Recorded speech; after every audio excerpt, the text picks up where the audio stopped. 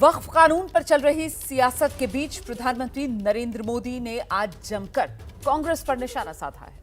हरियाणा में थे प्रधानमंत्री नरेंद्र मोदी, हिसार में, और वहीं से प्रधानमंत्री नरेंद्र मोदी ने वक्फ कानून पर जो सवाल उठा रहे हैं उनको कटघरे में खड़ा किया, खासतौर से कांग्रेस को घेरा। वक्फ को लेकर प्रधानमंत्री नरेंद्र मोदी ने विपक्ष पर जोरदार हमला बोलते हुए कहा, अगर वक्फ की संपत्तियों का सही से इस्तेमाल कर लिया होता तो मुसलमान नौजवानों को पंक्चर नहीं बनाना पड़ता। और इसी को लेकर अब सियासत तेज हो गई है।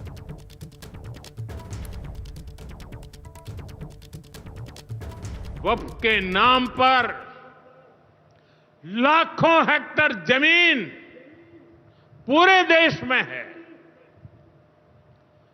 इस जमीन, इस प्रॉपर्टी से गरीब का, बेसहारा महिलाओं बच्चों का भला होना चाहिए था। और आज ईमानदारी से उसका उपयोग हुआ होता तो मेरे मुसलमान नौजवानों को साइकिल के पंक्चर बना करके जिंदगी नहीं गुजारनी पड़ती। लेकिन इससे मुट्ठी भर भू माफिया का कोई भला हुआ।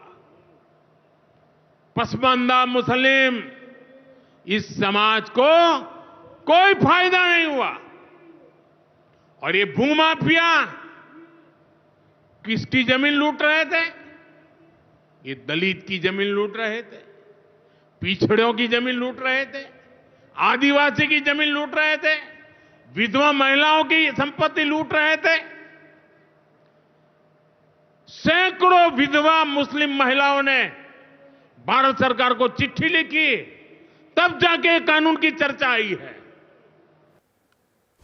वहीं कांग्रेस के राज्यसभा सांसद इमरान प्रतापगढ़ी ने प्रधानमंत्री नरेंद्र मोदी के पंक्चर वाले बयान पर आपत्ति जता दी। उन्होंने कहा, प्रधानमंत्री को ऐसा बयान शोभा नहीं देता। उन्होंने एक समाज के लोगों का अपमान कर दिया है। देखिए, सोशल मीडिया के ट्रोल जो भाषा बोलते हैं, कम से कम ऐसी भाषा का प्रयोग देश के प्रधानमंत्री को अपने भाषणों में नहीं करना चाहिए। ये बहुत शर्मनाक है। पंचर बनाते हैं।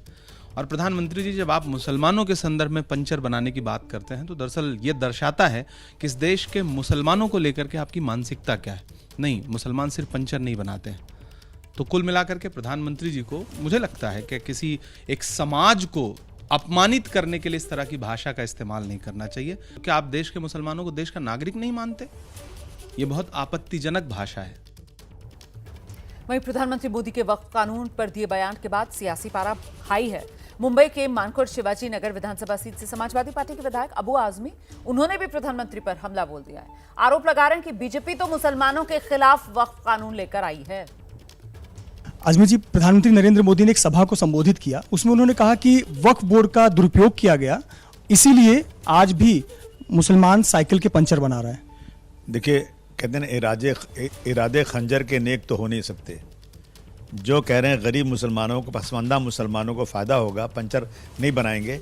मैं उनसे पूछता हूं कि आपने कितने मुसलमानों को एमएलए बना दिया, कितने मुसलमानों को मिनिस्टर बनाया? आप किसी को टिकट देने को तैयार नहीं हो। आपकी जितनी भी, प्रधानमंत्री जी, आपने जितनी भी चीज़ें लाई वो सारी मुसलमानों के ख़िलाफ़ है।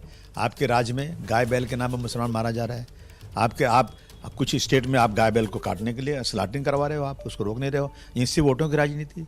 आपके राज्य में लोगों को पकड़ के जय सियाराम बोलने के लिए मजबूर किया जा रहा है। आपके राज्य में सारी मस्जिदों के नीचे मंदिर नज़र आ रही है। ये सारी चीज़ें, आपके इरादे सही नहीं है। आप जो कह रहे हैं वक्फ बोर्ड मैं नहीं समझता हूँ कि वक्फ ने किसी की ज़मीनें ज़बरदस्ती हथियाई होंगी। हाँ, वक्फ की ज़मीनें लोगों ने ज़रूर हथियाई हैं, इसमें कोई शक नहीं है, हथियाई लोगों ने।